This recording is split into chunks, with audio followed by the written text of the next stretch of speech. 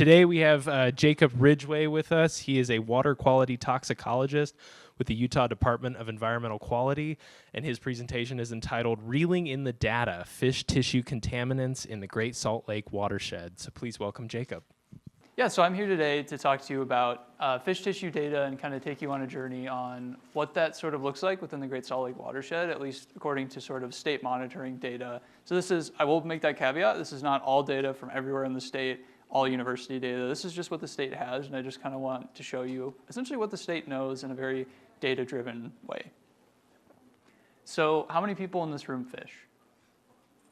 Okay, a decent amount. I kind of suspect it, given the presentation. And there's a lot of people in Utah who like to fish as well. And outside of Utah, in 2016 alone, there were about 360,000 people fishing in Utah, resulting in about 4.3 million fishing trips and over 25 million fish being caught in 2016.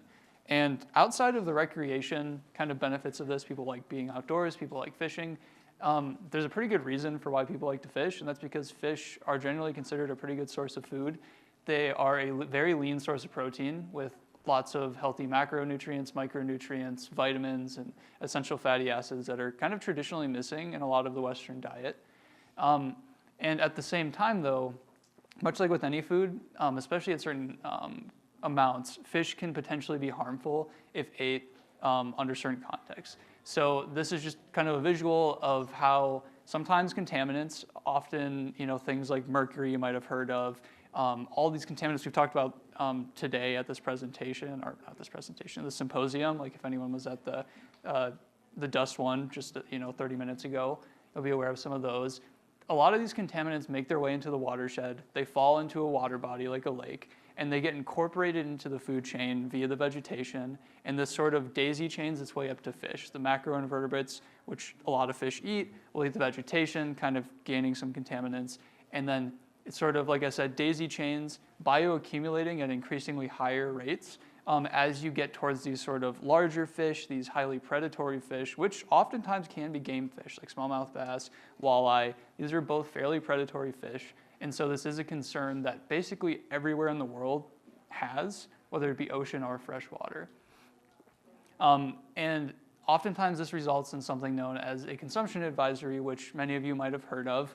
I'll just kind of quickly define it. It's essentially a state guidance to an alternate amount of fish consumption than would be expected under a norm. So like we kind of have this idea of how much fish people eat in general. And a lot of that is guided by federal things like, you might have heard FDA recommendations for how much fish you should have in a month. This is basically the state saying there's some contaminant in this fish. It could be anything on this list or more that is exceeding some type of health value that we understand, usually at a national level that's set by like the CDC, the FDA, or the EPA, that has some health effect, usually if it's consumed over a lifetime.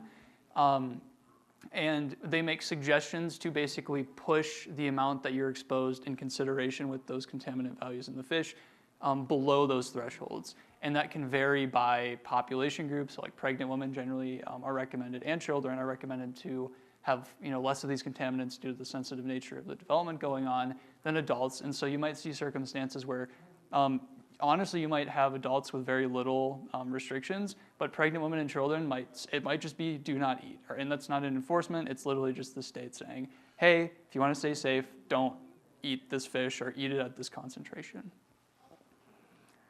And so I guess with all this sort of variation and what can be in fish tissue, what a consumption advisory looks like, I just wanted to talk about and kind of establish what this looks like in the Great Salt Lake Watershed, at least according to the state data that we have that's over the last 23 or so years.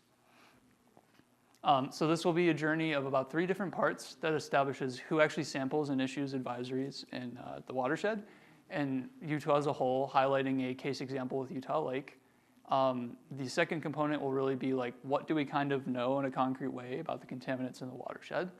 And then the third will be, how can you stay informed? So starting with that first point, it's a lot of different agencies. So the Department of Natural Resources is the primary agency that actually collects these data on a routine manner. Sometimes the Department of Environmental Quality, who I work for, will do specific projects to collect certain fish under certain contexts. But generally, they're the ones analyzing the tissue, getting the sort of averages and doing the like analytical side. And they pass that on to the Department of Health and Human Services, who will consider these averages within the context of health screening values that we kind of mentioned earlier, and communicate in conjunction with all these different departments and local health departments in cases where there's organizations involved with that water body to actually communicate an advisory to the public. And it's, it's all fine to say this, but I think I'd rather just show you essentially how it happens with Utah Lake. I swear like half the presentations have talked about Utah Lake, so I'm going to be joining that. But it's just south of us, and there is one particular contaminant issue with Utah Lake that is unique to it, which is in 2008, there was some fish tissue monitoring data that suggested that basically certain species at Utah Lake had concerning levels of PCBs, which are a sort of kind of industrial contaminant that was banned quite a while ago in like the 1970s.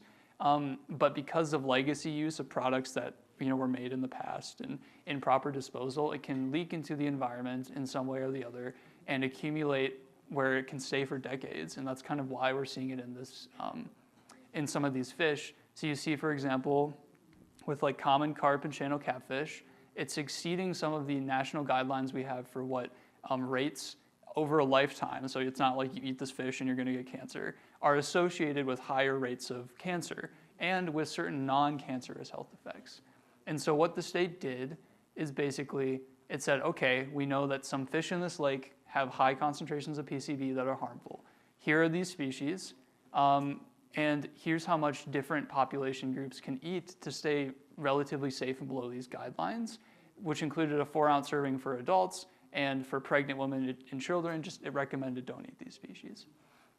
And this all gets pushed online, so it can be communicated to a broader audience alongside a ton of different fact sheets and reports and other things along those lines to help people stay informed, figure out what PCBs are.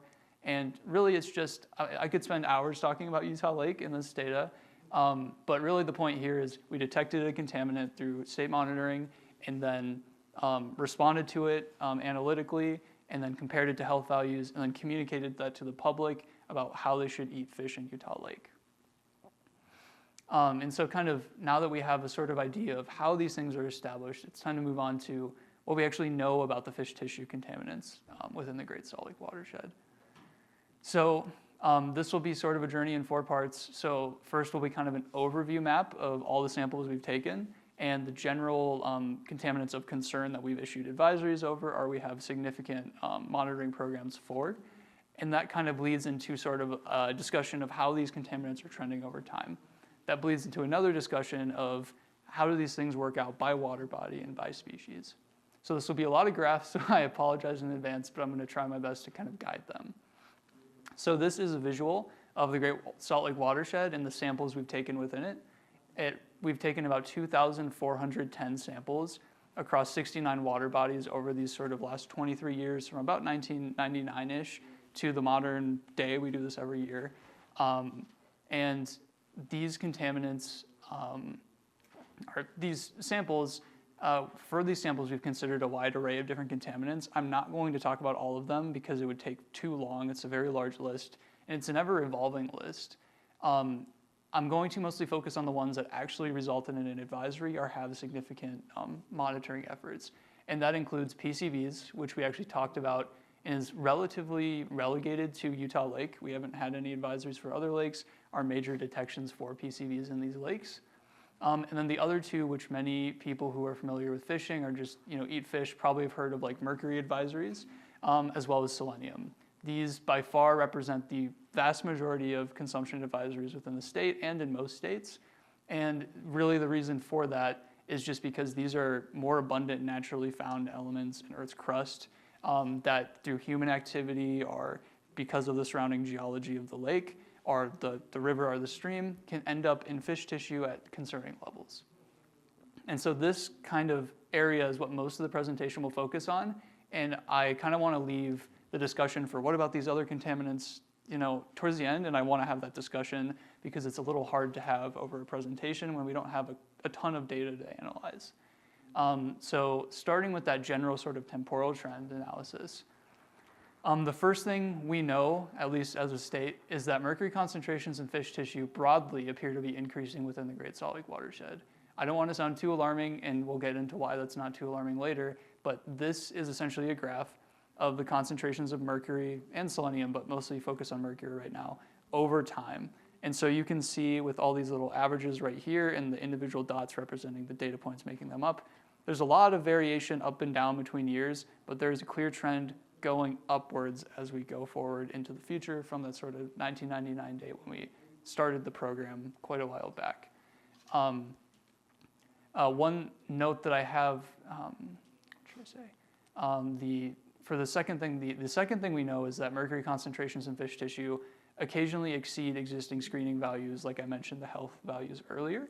While selenium concentrations are far lower than any existing health screening values, and that's kind of why you might have questioned, like, why is there only 3 points of data? Funding can be pretty limited, and it really isn't that much of a concern. So we'll get to that in a second. It can't actually, the screening value can't even fit on the graph for selenium. For mercury, we're kind of riding the line for some of the years with some of the averages by that year because of the water bodies we sampled or the fish we sampled being fairly, like, actually higher than the screening value on average. But you'll see there's some years where none of the values exceeded it, some years where the average is low, but there's some exceedances. This is kind of to be expected because of the factors I mentioned earlier with all the variation in mercury concentrations over time. For selenium, you see that same thing. It does vary by year and within years, but the screening value for selenium, where you start to see health effects, is like literally like 4 times higher than the highest value we're seeing or we've ever seen in the state. It's not to say it can't be an issue, it's just the state hasn't really seen it being an issue in the watershed. So kind of in summary, the 2 things we learned: mercury concentrations are sometimes concerning and sometimes not, appearing to be increasing over time. And selenium concentrations are much lower than existing health safety values, and they also vary kind of from year to year. How does this play out by water body now, considering some of these trends?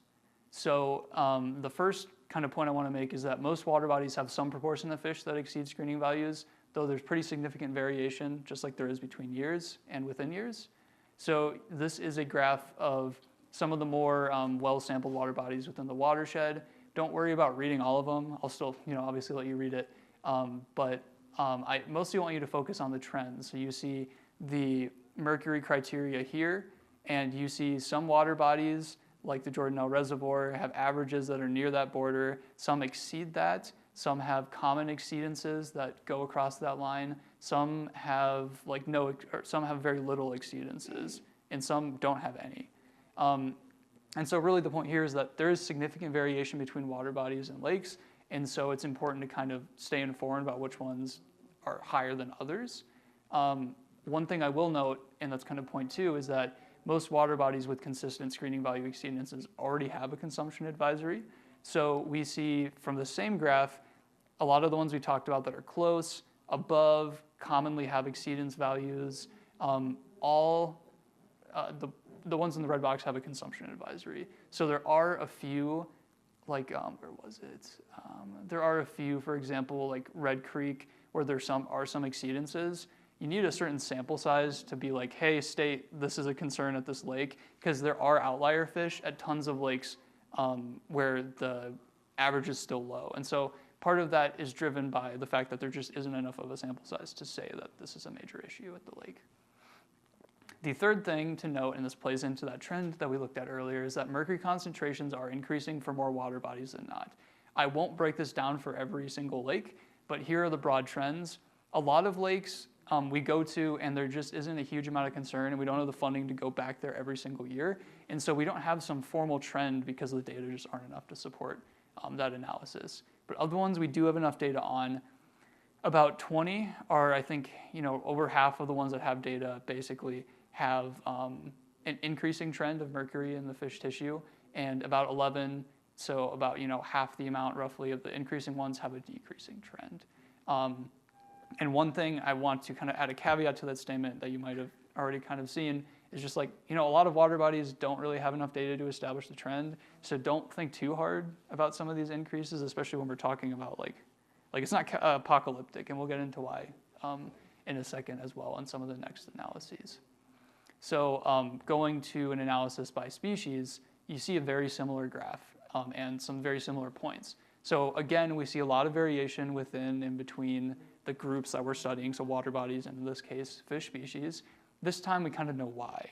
So like I mentioned earlier, some fish have different feeding behaviors that make them more likely to accumulate contaminants.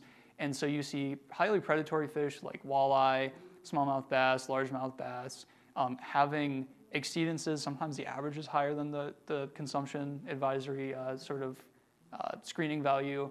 And then you have fish species that are less predatory, like green sunfish, which mostly is like smaller insects and grass, or not grass, but vegetation, and like suckers, which are less predatory than some of these other fish on this list.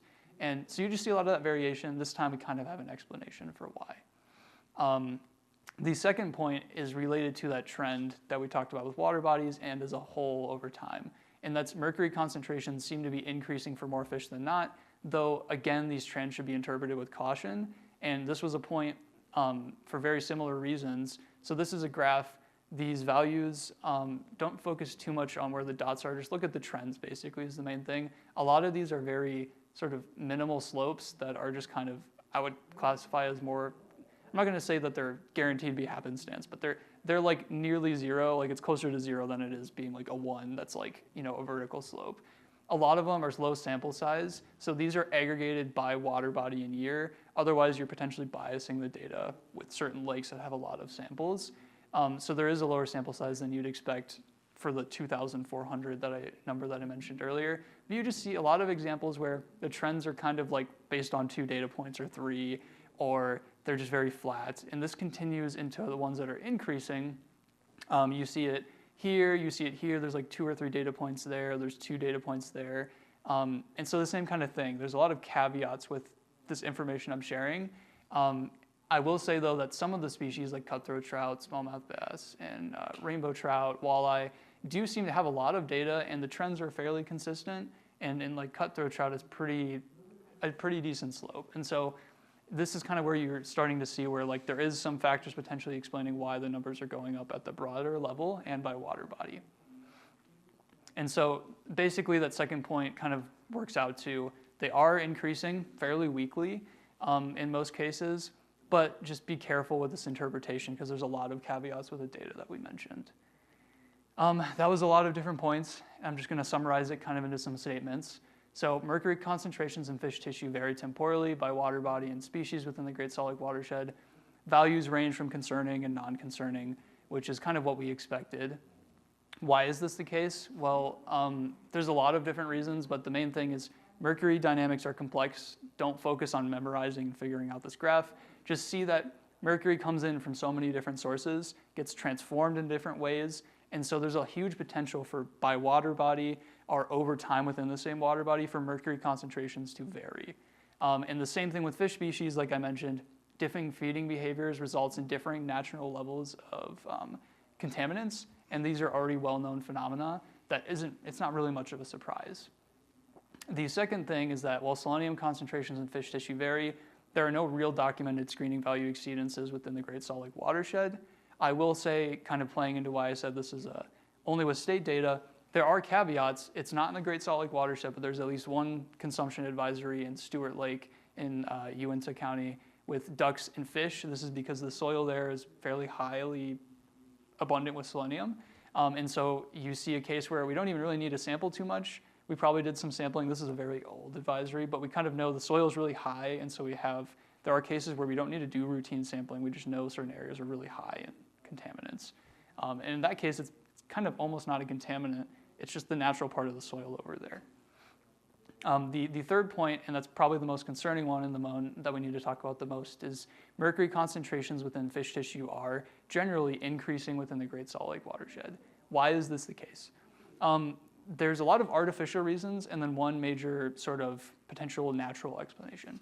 So this is a graph that just shows the trophic score of the fish we are sampling over time. A trophic score is just a scientific fancy way of classifying fish as less or more predatory. Higher scores means more predatory.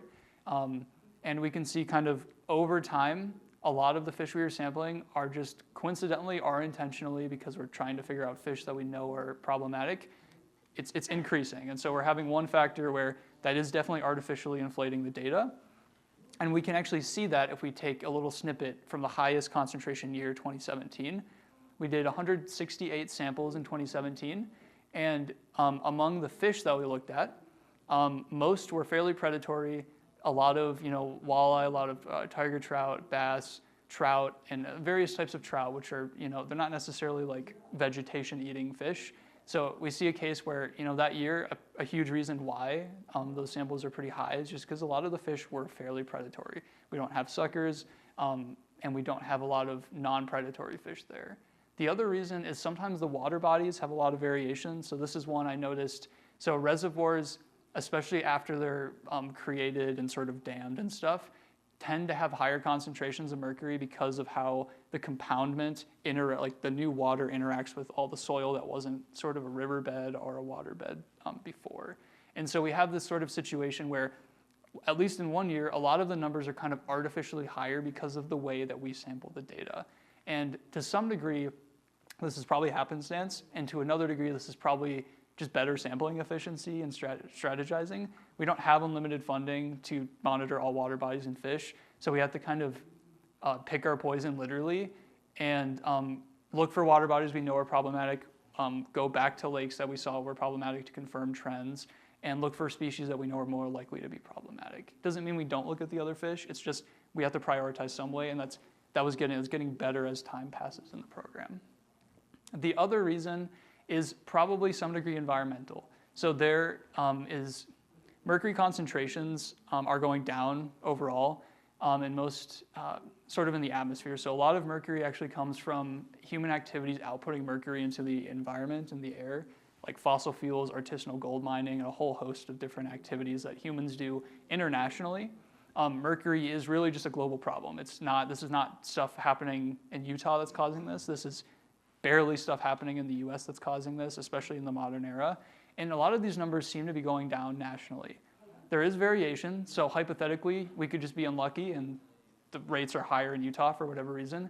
But I think the more likely explanation is sort of this component where we've talked about in various presentations at this conference, differing increased droughts, climate change, increased temperature. These all have the capacity to increase rates of methylation, basically converting mercury from forms that don't accumulate to fish to forms that can accumulate in fish. And so there is probably some natural component related to either the way mercury is being deposited in the atmosphere or the way that mercury is being converted due to all the changing weather conditions and climate conditions over time. And so you kind of, why is mercury increasing? Probably some mixture of artificial inflation due to better site prioritization and various environmental processes. And so the general real takeaway, considering the fact that I didn't cover every contaminant and there's all these random trends, really is I don't think the landscape has changed that much before you watch this presentation. We've known fish tissue are an issue nationally at a state level as well, potentially accumulating contaminants. Just be cautious when you eat fish. I know it can be very easy to hear federal and national guidelines or only have one serving of chips. I'm not going to have one serving of chips, right? But when you hear a government agency say, limit yourself to X amount of fish per month or per week, really listen, because you are, most of the time you're probably going to be fine. This is true for oceanic fish that you get at the market and for fish you catch, in a lake near you. You could be risking getting contaminants, and it's important to stay informed for what we have at the state level. If you have the mental energy, look at studies from other universities, consider stuff the state might be missing. And just in general, just be cautious with fish. You don't need to avoid it. It's still observationally from tons of studies a very good thing to incorporate in your diet.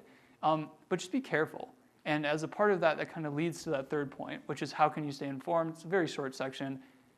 We have a website for all this that breaks down this sort of data in the form of a map, what fish species are generally an issue, as well as what water bodies have existing advisories.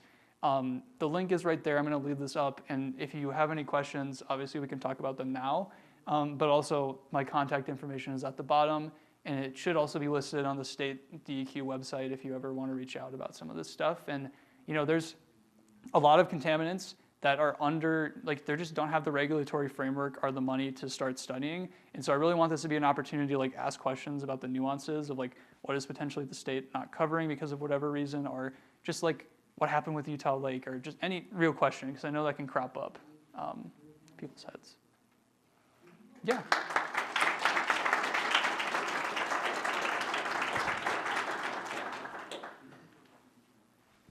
Have you looked at mercury trends in other like intermountain west states? Question one. Question two, seems like a lot of the data, there's a lot of uncertainty, or just due to funding or whatever it may be, it's difficult to get the data to come to more clear conclusions. Mm-hmm.